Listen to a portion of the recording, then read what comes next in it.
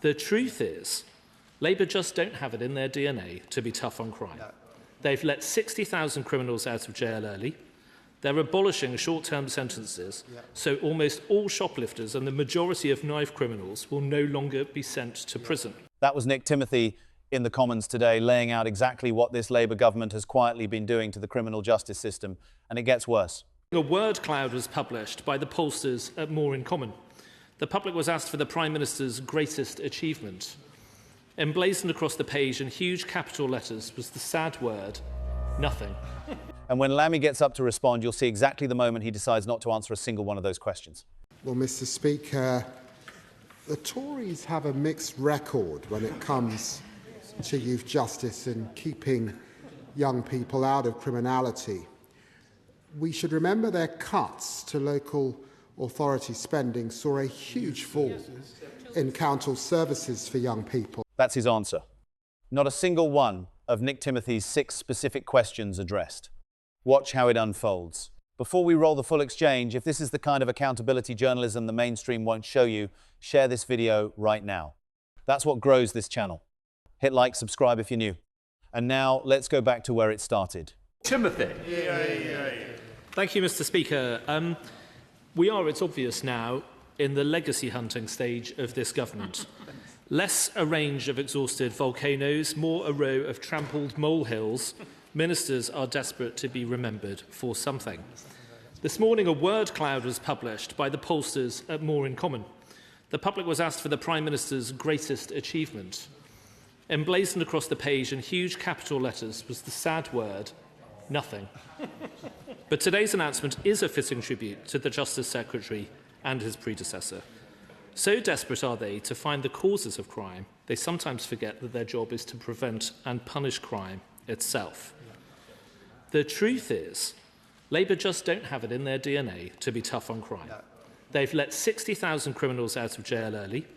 They're abolishing short-term sentences, so almost all shoplifters and the majority of knife criminals will no longer be sent to prison.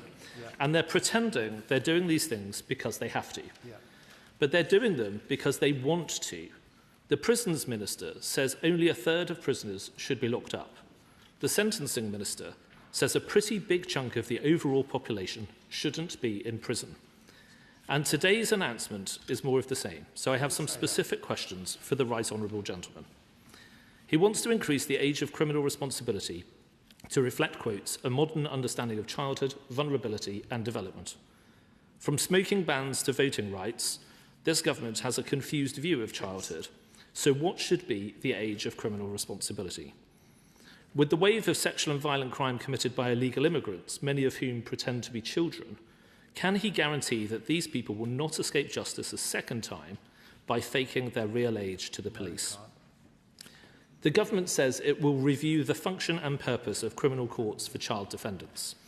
But the purpose of a criminal court is obvious. It's to try criminals. So can the Justice Secretary rule out abolishing criminal trials for under 18s? The government also says it wants to end lifelong disclosure requirements for the under 18s. Can he guarantee that those requirements will still apply for those guilty of violent crime and prolific offenders? The government says it will slash custodial remand for young offenders by a quarter, but remand should be used in response to need, not arbitrary targets.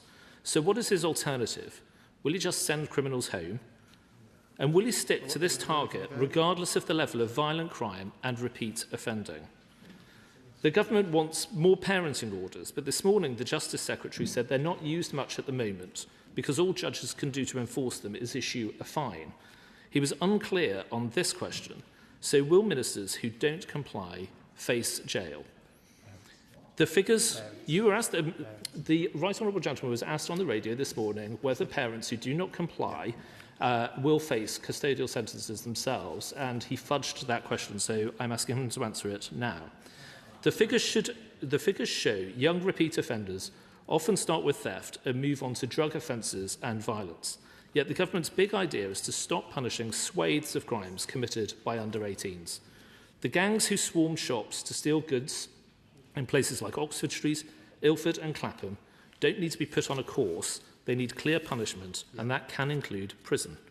Mr. Speaker, the results of soft-touch liberalism are visible in towns and cities up and down the country, yet the changes the Justice Secretary is announcing today risk amounting to more of the same. This is a big call, and if youth crime goes up as a result, it will be on this government.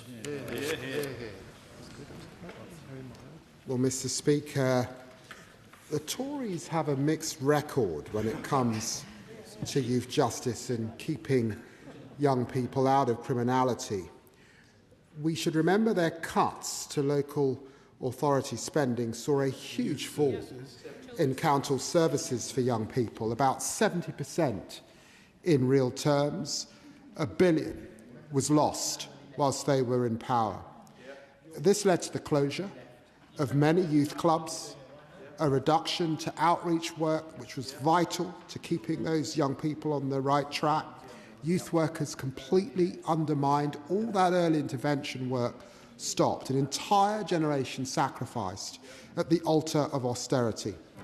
They also, and the member for West Suffolk will know about this because he was right at the driving wheel of this, they cut 20,000 police officers, 7,000 PCSOs, leading to a collapse in visible neighbourhood policing. And on their watch, over, and this really is just, he really should listen to this.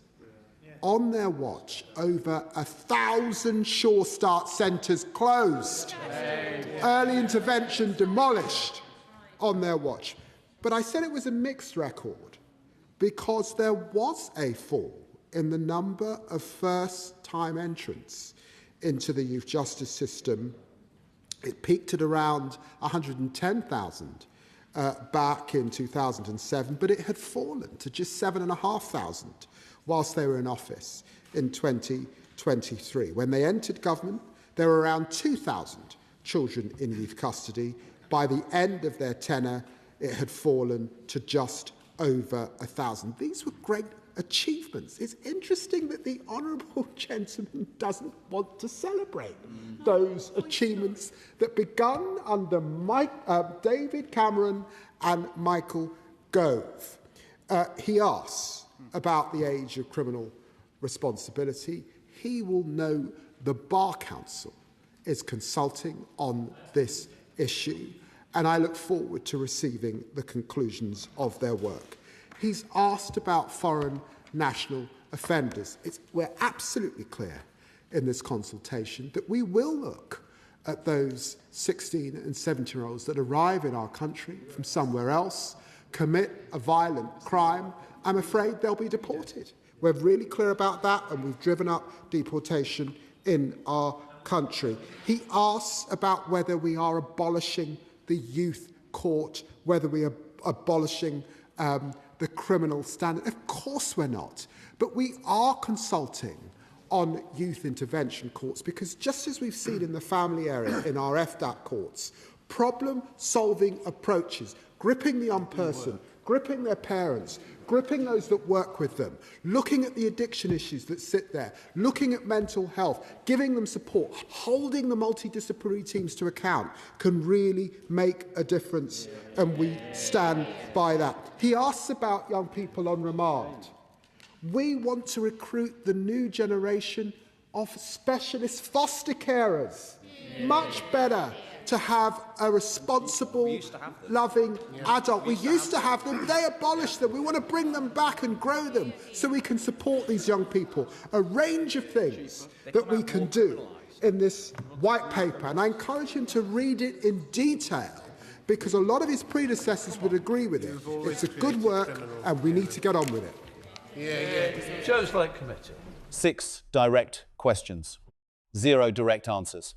The mainstream press won't replay this exchange, so it's on us to keep it circulating. Here's the question I want you to answer in the comments below, and I'll pin the best one. Should David Lammy resign over the early release figures? Drop your verdict below. If this landed, hit like and subscribe. You know where to find the next one.